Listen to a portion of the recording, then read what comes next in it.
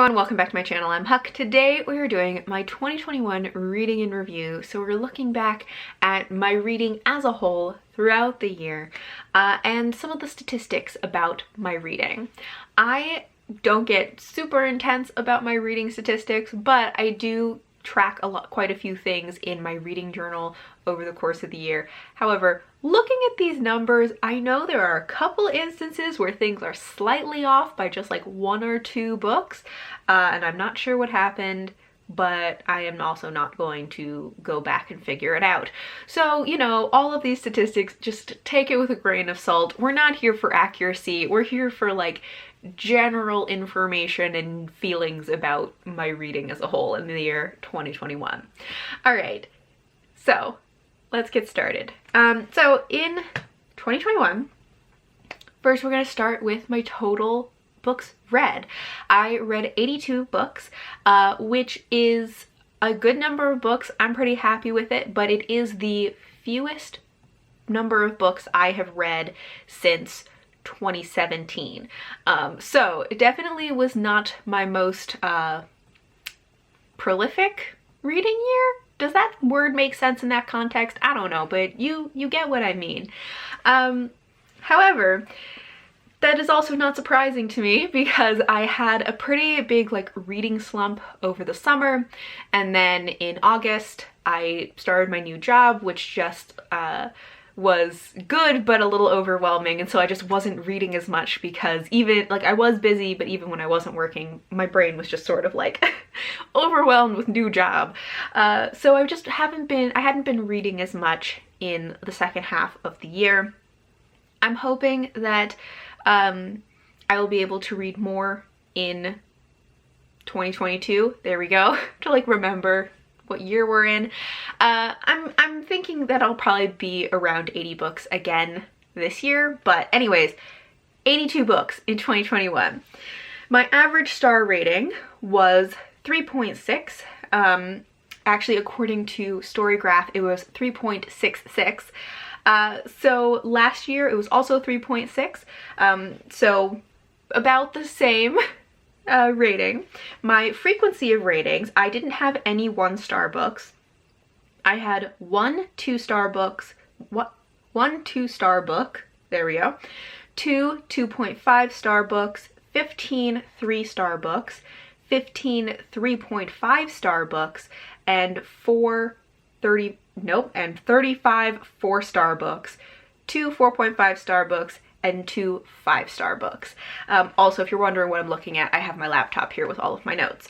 Okay, so my most frequent most frequent rating was 4 stars with 35 4-star books, which I feel like this happened to me last year also because that was also my most frequent star rating, and it just is kind of surprising to me because I don't necessarily feel like this year was a great reading year for me.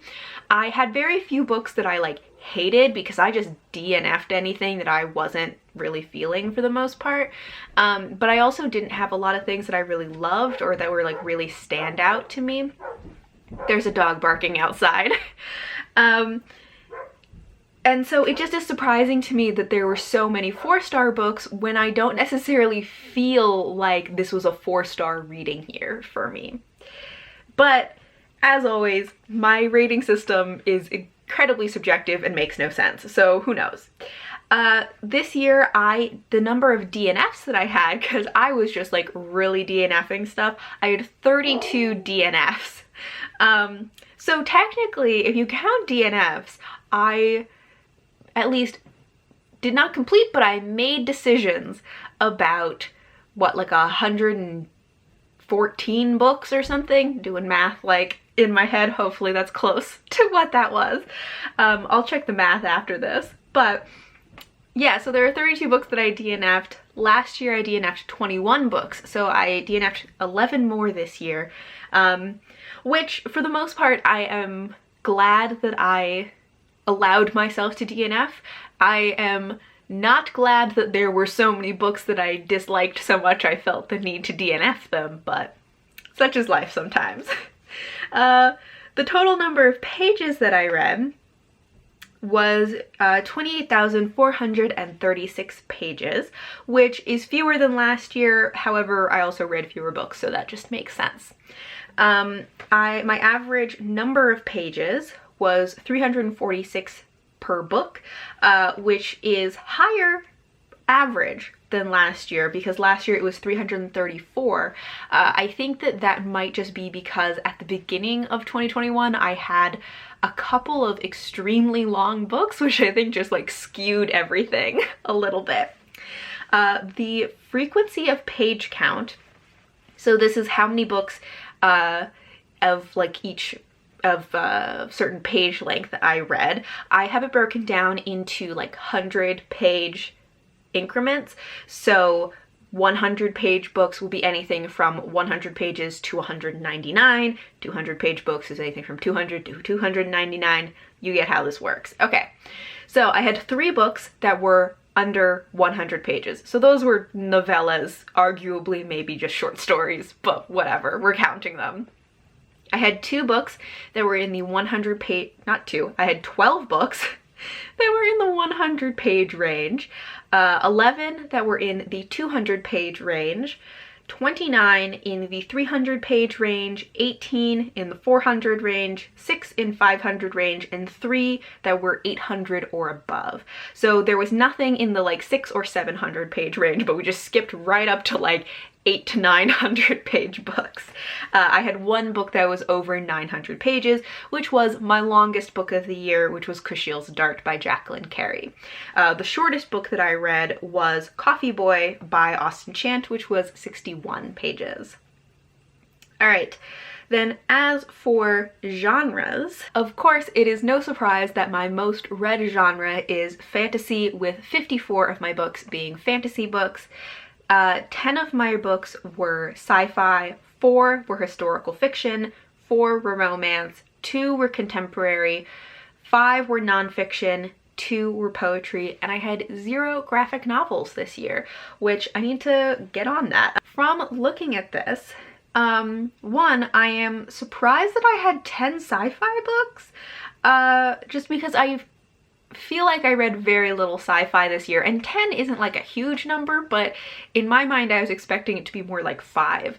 So I guess I read a little more sci-fi than I was expecting. I would like to get a little bit more into the sci-fi genre in 2022.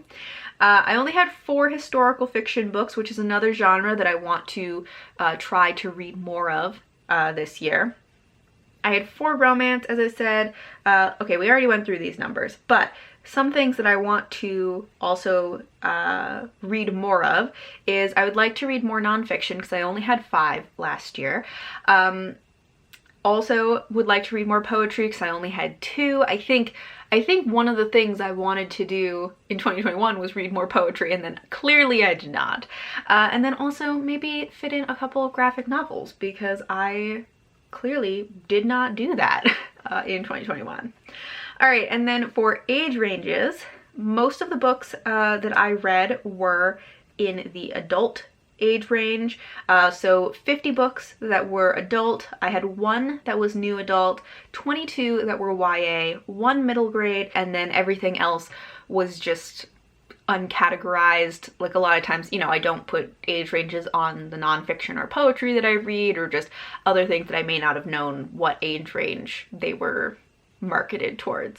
But these numbers are relatively similar to what I had last year, because last year, like, I read 51 adult books, and this year I read 50. Last year I had 30 YA, and this year I had 22. So like, my numbers aren't that off. The thing that changed the most really was the middle grade, because this year I only had 1 middle grade, and the year before I had 8.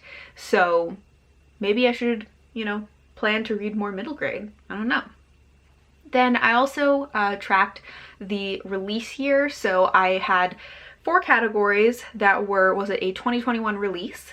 Was it a book that was less than 5 years old? A book that was 6 to 10 years old? Or 11 plus years old?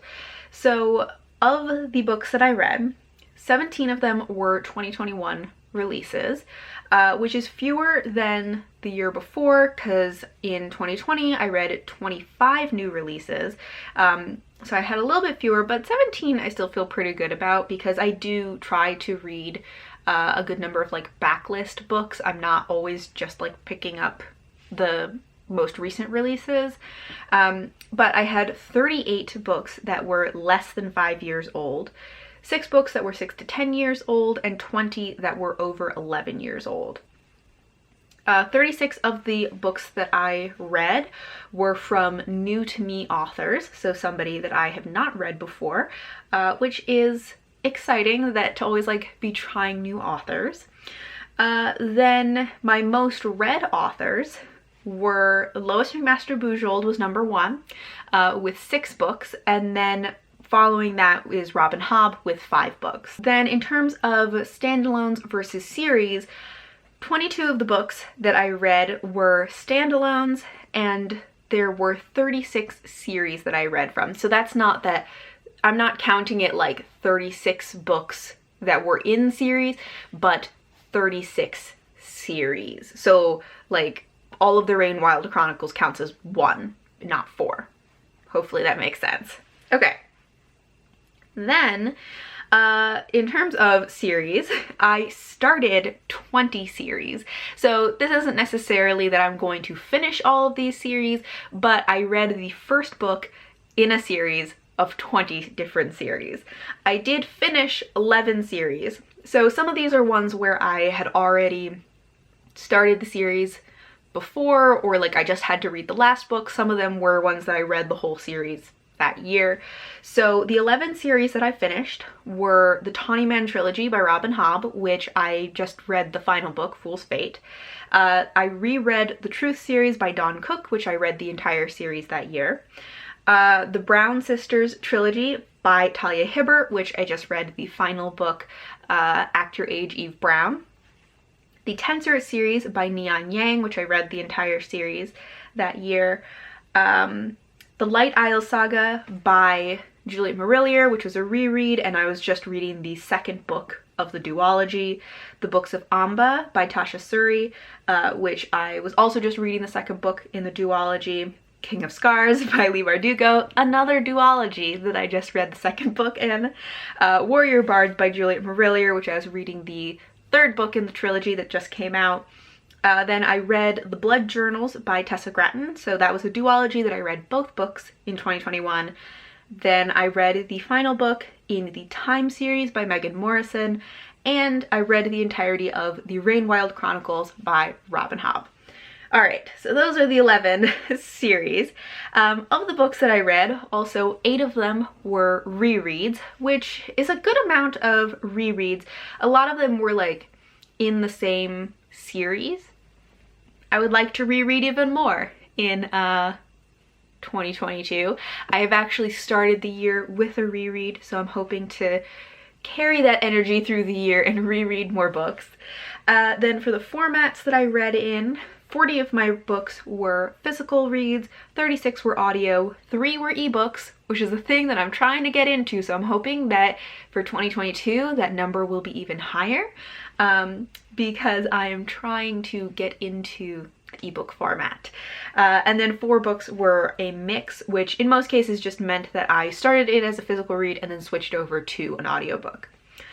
Then in terms of my backlist TBR or backshelf TBR, I don't know, versus my new TBR. So essentially at the beginning of the year, I have one list that are all of the books I am starting the year with that I already own physically. And then throughout the year, I have another list where I keep track of everything that I buy during the year, just so I can see like what are the books that I'm starting with and what are the books that are like coming in, and see what comes in and what goes out and all of that. Anyway, so what I am calling my backlist TBR are those books that I start the year with. So 22 of the books that I read last year were from my backlist TBR, and 28 were from my new books TBR.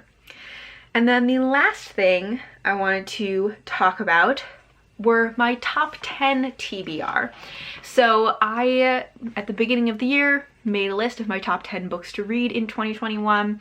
I read 7 of them, I DNF'd 2, and then I just didn't get to one of them, which I actually feel pretty good about, because of the 10, I got to 9 of them. 2 of them I DNF'd, but I still, you know, gave it a try and made a decision. So the one book that I did not get to at all was Tigana by Guy Gavriel Kay. I do plan to get to some Guy Gavriel Kay book in 2022. The 2 books that I DNF'd were The Dragonbone Chair by Tad Williams and Who Fears Death by Nydia Okorafor. Then the 7 books that I did finish, I have ranked them as most to least successful to me, or most to least enjoyable, I don't know.